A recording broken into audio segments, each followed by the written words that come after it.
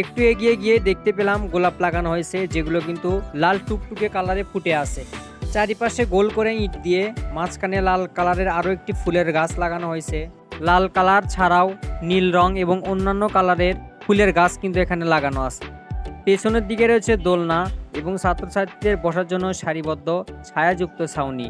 এবং এই বাগানের ভিতরে অনেক পুরুষ মহিলারা কাজ করতেছে, কেউ গাছে পানি দিচ্ছে, কেউ ময়লা আবর্জনা পরিষ্কার করছে এবং ছাত্রছাত্রীদের বসার জন্য যে ছাউনিগুলো রয়েছে সেগুলোও কিন্তু পরিষ্কার করা হচ্ছে।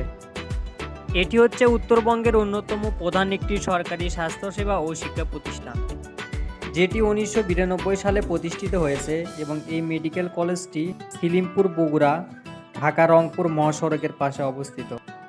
হাসপাতালটিতে আধুনিক সুযোগ সুবিধা সহ বিভিন্ন বিশেষায়িত বিভাগ রয়েছে, যেমন মেডিসিন বিভাগ, সার্জারি বিভাগ, গাইনি ও স্ত্রীরোগ, শিশু বিভাগ, হৃদরোগ, অর্থোপেডিক, নাক কান গলা সহ চক্ষু এবং ইউরোলজি বিভাগ।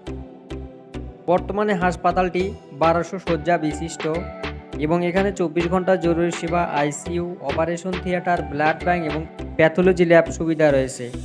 সম্প্রতি প্যাথোলজি বিভাগে ডিজিটাল অটোমেশন এবং টিকেটিং সেবা চালু হয়েছে, যা রোগীদের ভোগান্তি কমাতে সাহায্য করে। এখানে 5 বছরের এমবিবিএস কোর্স চালু রয়েছে। 2023 থেকে 24 সেশন থেকে প্রতি বছর আসন সংখ্যা 200-তে উন্নত করা হয়েছে।